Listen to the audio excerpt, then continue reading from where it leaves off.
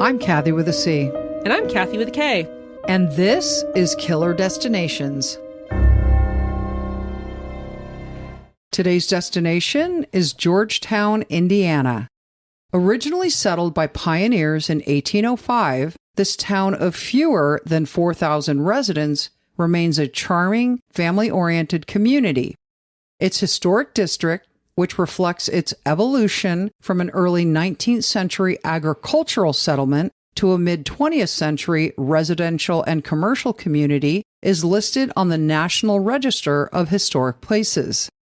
Separated from the state of Kentucky only by the Ohio River, Georgetown now serves as a bedroom community for Louisville, Kentucky, which is just 12 miles to the west. Today, the town is known for its top-rated public schools and numerous parks, shops, and restaurants. It is also home to fantastic local vineyards and taverns that offer scenic views, tastings, and outdoor experiences. Georgetown, Indiana has always been considered to be a safe, quiet community, and residents pride themselves on knowing their neighbors.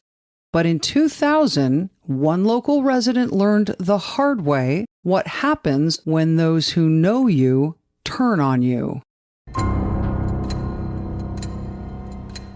In 2000, David and Kim Camm lived in rural Georgetown, Indiana with their two kids, 7-year-old Brad and 5-year-old Jill. They'd both grown up in the Georgetown area and knew it was the perfect place to raise their family. 36-year-old David had just retired from his job as an Indiana State Trooper and had just started working for his uncle's basement waterproofing business. Now, this job with his uncle was better for his family. You know, law enforcement hours tend to be long, they tend to be irregular, and even with overtime, sometimes the pay isn't so great. But with his uncle's business, not only would he have regular 9 to 5 hours, but he was also making a lot more money. And, of course, with 2 young children, this was exactly what he and his family needed. Now, 35-year-old Kim was an accountant, and she spent most of her day either at work or taking care of their 2 active children.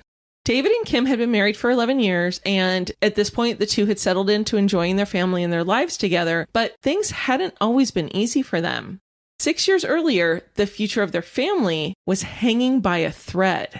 In 1994, Kim was pregnant with their second child, Jill, and it was during this, Kath, that David had an affair with a woman named Stephanie. And while it wasn't his first affair during this marriage, something about Stephanie was different. He'd actually known her on and off for years. The first time they'd ever seen each other, David had said he was very attracted to her, wanted to have an affair with her. However, she had a very serious boyfriend and she wasn't willing to cheat. But in 1994, he had run into Stephanie again. She was apparently working at his gym, so he was starting to see her regularly when she dropped the bombshell that she and her boyfriend had broken up. And so David said, great, let's now go out. Now, Stephanie knew that David had a wife and 2-year-old son waiting for him at home, but regardless, she agreed to go out with him. And it was interesting, Kath, because even though we said David had had several affairs in his marriage, his wife Kim either sent something or maybe it was just insecurity being pregnant, but she actually said to David, I feel like things are different between us. Are you having an affair? And not only did he admit to it, he also told her he wanted a divorce. She was 5 months pregnant when this happened. And Kathy, what happened is, of course, Kim is going to stay in the house. Remember, at this point, they have a 2-year-old son named Brad, and David didn't have a place to go. So his mom and dad lived nearby, and David went to his mom and said, hey, Kim and I are splitting up. We're going to get a divorce. Can I stay with you guys until I find an apartment? And his mom said, absolutely no. Because she knew the reason that they were splitting up, that David was having an affair. And I totally thought of you, not because of the affair part, right, but because she had said, I take Kim's side. Yeah. And you had always said to your sons, right, I will always be on the side of your kid's mother. Right, exactly. Because I want the grandkids in my life. Exactly. And so I had that same exact thought. Right. I love the mom. Like, no, you can't. And he was like, excuse me? Which was weird because he was 36. Mommy, did you just say no? Mommy. So the two split up. David eventually got his own apartment and actually got an apartment with Stephanie, the girlfriend. But Kim and David never actually got divorced. And within a couple of years, David and Stephanie broke up. And instead of moving home at this point with Kim, he actually just continued a string of affairs. But at this time, this wasn't the only part of David's life that was going off the rails. So remember, we said that he had been an Indiana State Trooper, which he was at this time, and he had kind of a rough patch at work, and that's kind of a euphemism for shit show. Right. Exactly. Because he, along with several other officers, were accused of assault by a 19-year-old female. Now, Kath, ultimately, David was cleared of wrongdoing. Not all of the officers were, but he was one of the ones who was. And so while the investigation's going on, Kath, none of the officers went off the force. They were just demoted to lower positions where they weren't out and about the community as much. And David had been demoted to patrolling a local casino. And apparently it was like watching paint dry. And he was bored and didn't feel like he was being used to his full abilities. And so once he was cleared of wrongdoing, he fully expected to go back to his former position, but he did not. He got to stay a security guard at the casino. Exactly. So he retired. And I put that in quotes. Yeah, because he was only on the force for 11 years and he was 36. Yeah. And I read somewhere that during those 11 years, he sort of used his patrol car as a bedroom. Yes. And so I don't know how true that is, but apparently, like, David had the reputation of being a bit of a dog. And honestly, there was a group of them who had that same reputation. So I think they all probably felt like they were being covered by each other. Probably. And Kim's reputation was the exact, clean. Yeah, like squeaky clean. Yeah. Well she liked was an at work. Accountant. Yeah, well liked in the community. Good mom. Yeah, exactly. Took care of her kids, took care of everyone. And the reason he retired, though, Kathy, is he said every day he went to work, he just kept getting angrier and angrier. So it's probably a good thing he chose to leave the force. Right.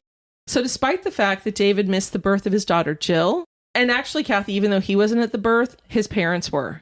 But despite all of this, David and his wife, Kim, eventually reconciled a couple of years later, and the family was together again. So this is when it all kind of culminated when he retired from his law enforcement job. He got better hours and better pay. And so it was a huge turning point for the family, and things were looking brighter than ever. So on September 28th, 2000, and this is just a couple months after David started working for his uncle's business, David and his uncle went to play basketball with some friends at a nearby church.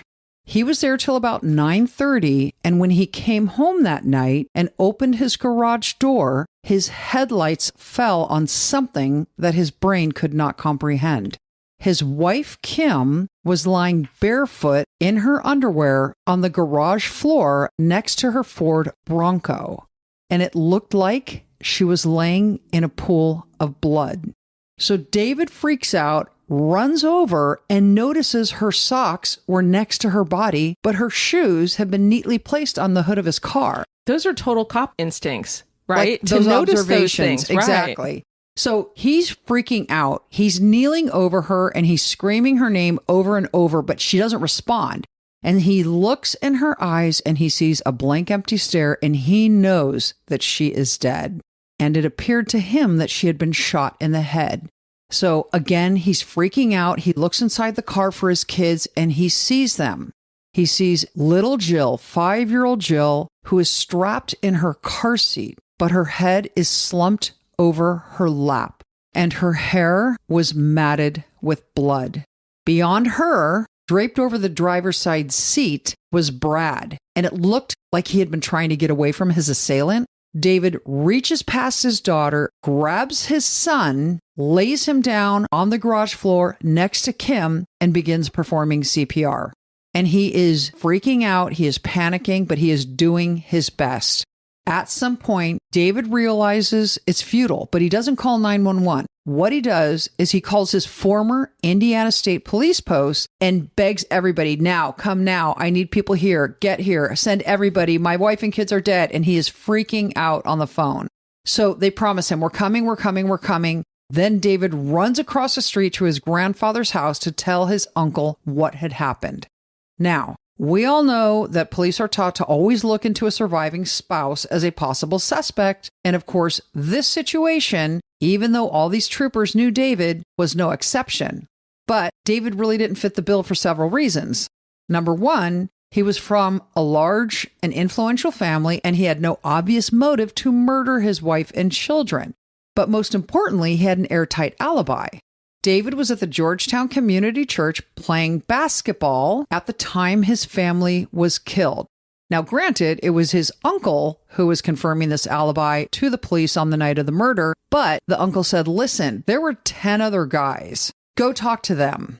they'll tell you where David was. Every single one of those men was interviewed, and all of them said they saw David at the gym, but that he sat out the second game that night. And the second game took place around 7:30. Now, 7:30 was about the time that investigators believed the murders occurred. Now, several of the men who played basketball said, hey, listen, I saw David on the sidelines during the game. And another man at the gym that night told detectives he spoke with David during the second game. So knowing he was in the clear, David focused his efforts on making sure that his wife and children's names were kept in the newspapers, and he appeared on TV appealing to anyone who had any information, any suspicions whatsoever, to call the police and let them know. So it was a shock to the entire community, especially David Camm, when just 3 days after his family was brutally murdered, he was arrested and charged with their murders. There were a couple of things about the crime scene that looked strange to Detective Kath, including the fact that it seemed like it was too clean. It almost seemed as if the killer had tried to clean up, but if so, why? And while police found a frantic David in the home's driveway, when investigators looked around the house, there were no signs of forced entry into the home, and they were suspicious of David's claim that he'd tried to revive his son. There were prints on the Bronco along with a palm print, but because his wife Kim parked in public, that's to be expected. So the fact that these prints were unidentifiable didn't bother law enforcement. Investigators also found a sweatshirt that had been neatly tucked near son Brad's body, and it had the word backbone written in ink on the inside of the collar. You mean like when you're in first grade and your mom puts your name on your collar so that your friends don't take your PE sweatshirt? Exactly. That's exactly what it sounded like. Yeah. David said it wasn't his and he'd never seen it, and crime scene techs actually found 2 sources of unknown DNA on it. But detectives believed that there were holes in David's alibi, and that there actually had been time for him to kill his family and get back to the church without being missed. Kim and her 2 children were last seen leaving swim practice and heading home around 7 o'clock, and as a result, the time of death was initially thought to be around 7:30. And of course, we know David was at the basketball game, but as we said, he sat out the game that took place around the time of the murders. And so detectives are now thinking, maybe the friends just assumed they saw David there the whole time since he played in the game immediately after that. You see him once, you assume he's going to be there. So investigators actually believe that David could have snuck out of the basketball game at the gym, raced home, killed his family, and raced back without anyone noticing. The theory detectives were working with is that David probably could have left the gym for 15 minutes without causing anybody to notice. Could have gone to the bathroom, could have made a phone call. So they traced the route from the church to David's house. They found that it actually could be done round trip in 8 minutes. So he still had time to kill his family and get back to play the next game of basketball. David Camm's trial began in early January 2002, 15 months after his wife and children were killed. The key physical evidence against David was high-velocity blood spatter found on David's t-shirt by a forensic tech. 8 drops of blood were found, which was later determined to be from his daughter Jill. Prosecutor Stan Faith told the jury that the drops got onto his t-shirt when he shot her. And then Prosecutor Faith presented extensive evidence of David's personal life in order to prove his motive for killing his family.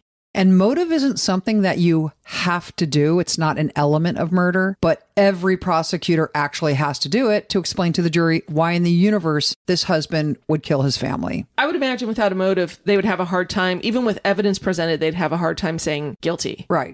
So, Kathy, 12 women testified about various relationships and how they'd met and where they'd hooked up, as in you referred to his police cruiser. Right. By relationship, you really mean dalliances. It was in quotes. I thought that was implied. Relationship was in quotes. Now, before trial began, the defense actually filed a motion objecting to these women coming up and testifying, and the judge denied it. So when it came up again at trial, they repeated their objection, saying, that's not fair and that's not appropriate. And that's a smart defense attorney because you can do motions in limine that are denied, but you really want to create a record. You want the trial judge to be like, yep, all these hussies are coming in and they're going to testify no matter what you say. You're like, thank you very much, Your Honor. I just wanted to create a record. Exactly. Now, when they brought up this objection at trial, they were brutally rebuffed again. Name that movie, we'll send you a t-shirt. Exactly. The prosecution, though, Kathy, did admit that the DNA on the sweatshirt that was found under son Brad, as we said, and the palm print on the Bronco did not belong to David or any of the victims. But prosecutor Faith said that when they ran the DNA and prints through CODIS, there was no match. Now, in the autopsy, Kathy, there was no evidence that David's wife Kim was raped or sexually assaulted. But what rocked the trial and the community was what the medical examiner testified to. Dr. Tracy Corey testified that she and her staff performed the autopsy on 5-year-old Jill. And when they began to remove her clothes, they immediately noticed blood. But the blood wasn't found by the wound. It was found in her underwear. And based on that, Dr. Corey told the jury that she personally believed the little girl was the victim of sexual abuse. But then she said, but professionally, I was able to determine that the area was suffering from blunt trauma. She called it straddle trauma. And she said, and while it could be consistent with something other than sexual abuse, like landing on the bar of a bike, she testified that she had not been presented with a scenario that explained that to her. And so as a result, that's why she believed the sexual abuse. And then as part of this testimony, prosecutor Faith implied that it was David Camm who was molesting his daughter. And so imagine how this reverberated around the courtroom. And Kim's parents, so the grandparents to the two children, were sitting there when they heard it and they just lost it. I can't imagine. No. Like imagining the first time hearing this, your little 5-year-old granddaughter suffering like that. That's horrible. And from her father, according to the prosecution. Right. Now, the defense brought all 11 members of the basketball team to corroborate David's alibi. These are the 10 players and his uncle. And they brought a bloodstain expert with more than 30 years of experience to testify about the blood spatter. The expert told the jury that he believed the 8 blood droplets on David's shirt were made when he brushed against the tips of his daughter's bloody hair when he pulled his son Brad out of the car to perform CPR. And Kathy, this expert actually got up and did a little demonstration for the jury using a wig and some stage blood to show how these blood stains could have gotten on David's shirt. And the blood pattern repeated with this example was similar to what was found on David's shirt. The expert told the jury that if David had actually pulled the trigger, his clothes would have been covered with blood from the spatter. And he pointed out to the jury that even the prosecution expert testified that they had never seen just 7 or 8 small stains from a gunshot. And then Kathy, David Camm actually took the stand and vehemently denied killing his family or molesting his daughter. But he was forced to admit under cross-examination to all of his marital infidelities, which confirmed the prosecution's theory about why David would have wanted his wife and family dead. So after 2 months of trial, David was found guilty of murdering his wife, Kim, 7-year-old son, Brad, and 5-year-old daughter, Jill. In April of 2002, he was sentenced to 195 years in prison. Now, Kathy, of course, David Camm appealed the verdict, and more than 2 years later, the Indiana Court of Appeals overturned the conviction. The appellate court actually criticized the trial judge for allowing evidence of adultery. So like you said, the defense created a record. Right. And the appellate court said that this parade of women, those were their words. We're going to call it the parade of hussies. There you go. The parade of hussies. I think that's what they meant. I'm pretty sure. And I think spell check just changed it. Right. Could have unfairly persuaded the jury to turn against David. And then, Kathy, in this opinion, the court also strongly warned prosecutors that if they tried him again and presented evidence that Jill was molested, they would have to prove that it was David Camm who molested her. And I need to know if this is the mic drop moment that I think it is, but the court concluded this opinion by saying the prosecutor's case against David was, quote, far from overwhelming. Boom. That was the very reserved way of saying, what? You took this to trial? What? So now prosecutors have to start over, and they wanted David to stay in prison while awaiting a retrial. But his attorneys were like, oh, hell no, And the judge actually set a bond at 20 grand. That's very low. Do you think that the scathing opinion from the appellate court had any influence on the judge? Oh, I'm sure it did. So we are now in November of 2004. Stan Faith, the prosecutor in the first trial, lost his election and a new prosecutor was elected. So the new prosecutor is now handling the retrial. Okay, so just a few months later, in early 2005, as you know, they found this sweatshirt near the little boy's body with the name Backbone written on the collar. So they go to the prosecutors and they say there was some unknown DNA that had previously run through CODIS with no hits. We want you to run it again. And the new prosecutor said, no. And the defense attorneys were like, bro, it has been 3 years since that trial. We want it run again. More people could have been added to CODIS. Exactly. And they were like, pretty please. And the prosecutor was, no. So the defense attorneys take it to the judge and the judge's like, hell yes, run the stupid DNA through CODIS, you fool. I'm sure that was exactly what happened. I saw that in court records. Right. And this time, a match was found to this male DNA. And Kath, it was discovered that the samples were never run through CODIS in the first place, despite the assurances from the prior prosecutor. Can you imagine? No, and I'm wondering what sort of ramifications are there for him? Disbarment, possibly. I mean, that's a huge deal. Yeah. Telling defense attorneys, we ran it through CODIS and there were no matches. Right. But here's also my question. Did the defense attorneys go, let me see the report? I don't know. It doesn't sound like it. Yeah, it doesn't sound like it. But anyway, so here we are at this retrial. They now have a hit. The DNA on the sweatshirt was from a man named Charles Bonet, who was a convicted felon in nearby New Albany, Indiana. And when he was in prison, his nickname was Backbone. So Mommy didn't write it, the head of his prison gang did? Yeah, maybe. Exactly. His cellie. Yeah. And Bonet, at the time of Kim and Brad's and Jill's murders, was out on parole. And he had been convicted of committing a series of armed attacks against women, several of them involving the theft of shoes. Ick. I know. And his most recent attack in his rap sheet was armed robbery and attempted abduction of 3 women at gunpoint. So looking at his old criminal cases after this DNA hit, police realized that Bonet had a foot fetish. And of course, remember, Kim's shoes were lined up neatly on her Bronco in the midst of this horrific crime scene. And Kim also had bruises and abrasions to the tops of both of her feet. Is it wrong that I really don't want to know how those got there? Yes, use your imagination. Nope. And I'm sure you're right. La, la, la, I see nothing. Yeah, I'm imagining nothing. So months before the second trial, Bonet was interviewed and polygraphed, and he failed the polygraph. Now he tells investigators, hey, listen, I did not kill the Camm family. And that sweatshirt that you found under Brad's body, yeah, that was my sweatshirt, but I had donated it to charity months prior to the murders. So police cleared him as a suspect. How? I know.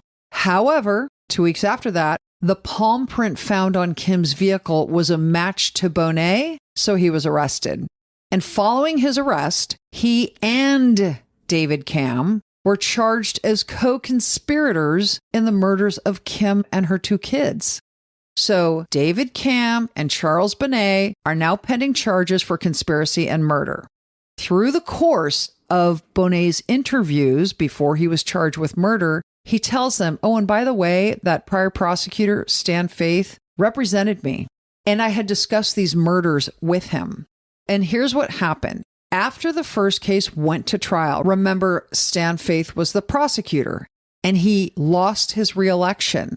So what happened after he lost his reelection is he went into private practice, and he gets hit up by one of his donors. And this donor was like, hey, I contributed a bunch of money to your campaign, and we have this long-standing relationship. Can you do me a favor? Can you represent my son in a child support case, and his criminal probation is coming up for termination? I want you to make sure it happens.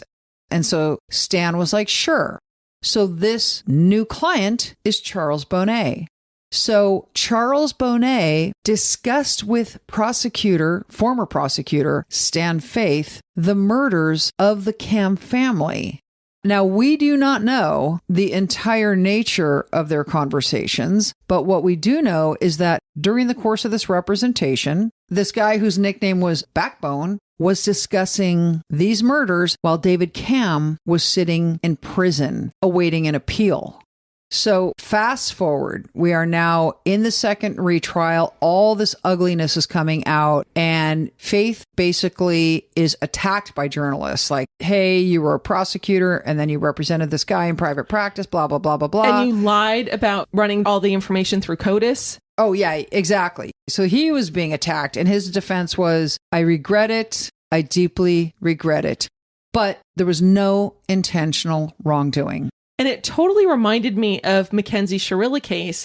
This is the Netflix documentary. We've done social media on it, where she said, I have absolutely no memory at all of the crash. Nothing. But I do know that it was unintentional. Right. Exactly.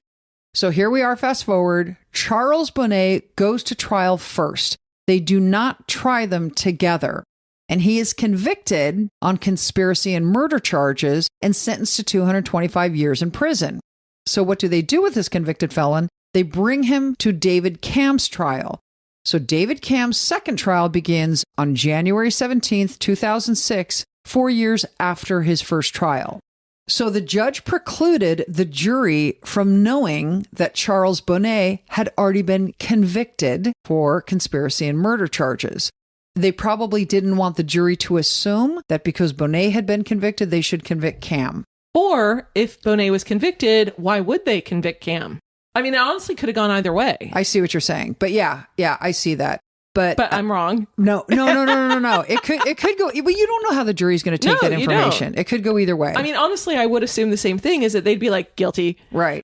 So anyway, the Court of Appeal opinion made it very clear that the extramarital affairs are now inadmissible. And so there went their motive. Right. And so the new prosecutor was like, shoot, what am I going to do? Oh, yeah, I got a good idea. David killed his family because he had been molesting his daughter, and daughter Jill was about to tell her mom. So this was a 3-murder situation to cover up his perverted ways. Does that mean that neither the new prosecutor nor any of the staff actually read the Court of Appeal opinion that said, if you're going to do this, you got to prove it? No. So in the second trial, they're like, we are going to prove that the little girl was molested. Okay. The prosecutor presents evidence about this blunt force trauma injury to daughter Jill's girly parts. And the medical examiner who testified for the defense disagreed with the prosecution's theory. And he's like, listen, nothing about this injury says sexual abuse. This is probably simply one of the many blunt force trauma injuries to these victims sustained in this fatal attack.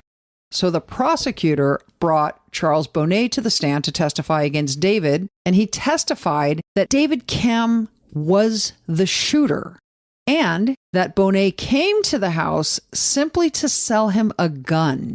Just 6 weeks later, the jury acquitted David of the conspiracy charge, but convicted him a second time for the murders of his family, and he was sentenced to life without parole. No, what was he sentenced to? LWOP. Thank you. So once again, David appealed his conviction, citing the prejudicial nature of the molestation allegations and the lack of evidence linking him to these injuries. And more than 3 years later, after his second conviction, where he's sitting in jail, in 2009, the Indiana Supreme Court granted a second reversal, and they stated, missing from this record is any competent evidence of the premise that the defendant molested the child. So they didn't read the opinion. They read the opinion and decided it didn't apply to them. They tried to put in evidence anyway. That was just not enough.